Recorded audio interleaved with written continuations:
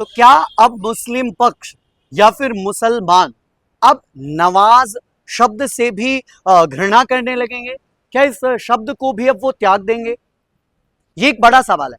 खैर, इसकी तह तक जाने के लिए आपको ये वीडियो पूरी जरूर देखनी होगी, और अगर आप अभी भी युग्मपथ के साथ नहीं जुड़े हैं तो जुड़िए ऐसी तमाम खबरों के लिए जो आपको पता होनी चाहिए। सनातन संस्कृति संस्कार की इस अविरल धारा में डुबकी लगाने के लिए बने रहिए हमारे साथ।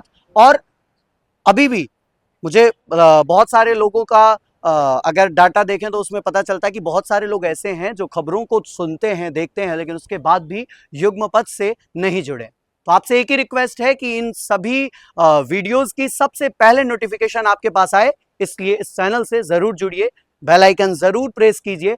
और आज की जो खबर है वो बेहद खास होने वाली है। आज जब हमारे देश में नमाज पर इतना विवाद हो रहा है, तब हम आपको ये भी बताना चाहते हैं कि नमाज शब्द जो है वो वास्तव में संस्कृत से ही निकला हुआ है, यानी कि उसकी उत्पत्ति संस्कृत से ही हुई है।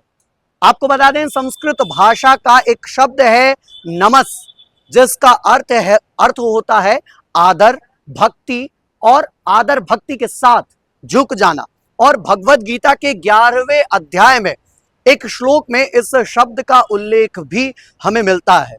इस्लामिक विद्वान मानते हैं कि इस नमस शब्द भारत से ईरान गया, उसके बाद ईरान से नमस को फारसी भाषा में नमाज कहा जाने लगा, और इस तरह नमाज जो शब्द था वो उसका अस्तित्व भारत में आया। इस्लाम धर्म में नमाज के लिए मूल रूप से सलात शब्द का इस्तेमाल होता है, लेकिन भारत, पाकिस्तान, बांग्लादेश, इंडोनेशिया और मलेशिया जैसे देशों में आज भी इसके लिए नमाज शब्द का प्रयोग किया जाता है। आज हमारा सवाल यह है कि क्या जब लोगों के मन में, या क्या जब मुस्लिमों के मन में ये बात, ये हमारी वीडियो जाएगी और उनको ये पता चलेगा कि जो नमाज वो पढ़ते हैं या जिस शब्द का वो प्रतिदिन प्रयोग करते हैं, वो शब्द वाकई वास्तव में संस्कृत से ही उत्पन्न हुआ है। ये नमाज शब्द जिसको हम मुस्लिम पक्ष जिसको बड़े धड़ल्ले के साथ बोलता है, अगर उसको ये पता चलेगा कि ये भी संस्कृत की ही देन है, तो क्या वो इससे पीछा छुटा पाएगा?